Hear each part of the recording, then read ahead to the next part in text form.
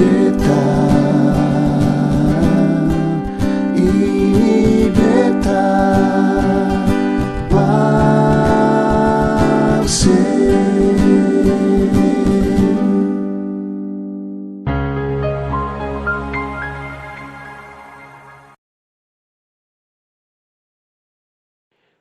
Saudara semua dimanapun saudara berada, kasih dan kemurahan Tuhan biarlah selalu menjadi bagian di dalam hidup kita.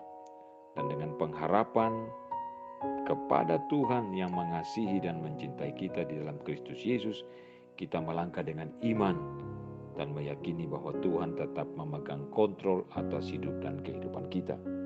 Nah, saudara, yang kita renungkan hari ini, apa yang dikatakan oleh Nabi Hagai di dalam Hagai pasal yang pertama ayat yang ke-6.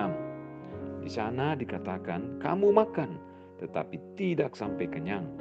Kamu berpakaian tetapi badanmu tidak sampai panas.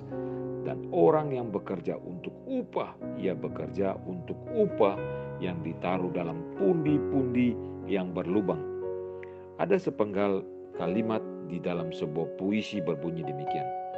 Seekor beruang tua yang gembira di kebun binatang selalu tahu apa yang harus dilakukan. Jika bosan, ia akan berjalan maju mundur, berbalik, dan maju mundur lagi. Penulis puisi ini tampaknya dengan jelas berharap manusia dapat menangkap pelajaran dari beruang itu. Karena makhluk hidup ini selalu gembira selama ada cukup makanan dan beberapa teman di sekeliling mereka. Akan tetapi tidak demikian halnya yang terjadi dengan manusia. Bangsa Israel dalam apa yang ditulis oleh Nabi Hagai yang telah kembali dari Babel mendapati bahwa manusia tidak bisa bahagia apabila ia hidup hanya untuk dirinya sendiri. Saat itu mereka tidak peduli pada bait Allah yang belum dibangun. Sebaliknya mereka justru membangun rumah yang bagus, berfoya-foya dan sibuk dengan hal-hal yang bersifat materialistis. Akan tetapi saudaraku, hasil panen mereka sedikit, baju mereka tidak layak, dan uang mereka tidak dapat mengimbangi harga-harga yang melambung tinggi. Apa yang kita baca di dalam Hagai pasal 1 ayat 6 tadi membuktikannya.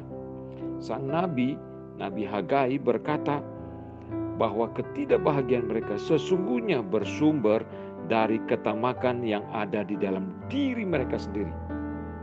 Saudaraku yang terkasih di dalam Tuhan Yesus Kristus, Allah menciptakan kita sesuai dengan citranya, dengan gambar dan rupanya, dan demi kemuliaan namanya.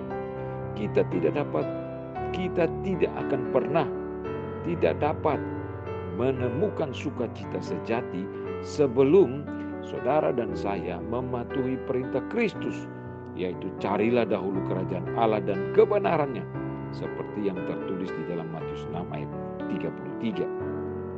Jika kita melakukan prinsip Allah ini, carilah kerajaan Allah dan kebenarannya, maka kita akan menabur dan menuai dengan berlimpah, dan seluruh kebutuhan hidup kita pun akan terpenuhi karena kebaikan dan kemurahan Tuhan.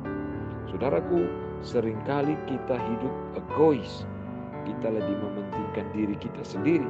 Kita mencari kepentingan diri kita sendiri tanpa memikirkan orang lain. Apalagi memikirkan Tuhan. Kita tidak peduli. Kita lebih memedulikan apa yang menjadi kebutuhan kita hari ini. Memuaskan diri dan hawa nafsu kita hari ini. Saudaraku, ketika kita memuaskan diri kita yang egois itu, pada saat itulah sementara iman dan percaya kita tidak pernah berjalan kemana-mana. Karena kita berorientasi kepada diri sendiri, bukan berorientasi kepada Tuhan, bersandar dan bergantung kepada Tuhan, mengandalkan Tuhan, melakukan kehendak Tuhan, mencari Tuhan, dan melakukan kebenarannya. Tuhan tolong kita supaya hidup kita boleh bertumbuh di dalam Tuhan. Sebab tanpa Tuhan, tanpa pengenalan akan Tuhan, dan tanpa menghidupi kebenaran Tuhan dalam hidup kita setiap hari, maka saudara dan saya adalah manusia yang sebenarnya tidak memiliki apa-apa, tidak memiliki kekayaan apa-apa, tidak memiliki sukacita apa-apa, tidak memiliki kebahagiaan apa-apa. Karena kita tidak punya pegangan yang kekal di dalam Tuhan yang kekal, yang memiliki hidup dan kehidupan kita. Tuhan tolong kita supaya hidup kita berorientasi kepada Tuhan, bergantung, bersandar kepada Tuhan. Terpujilah Tuhan dari kekal sampai kekal.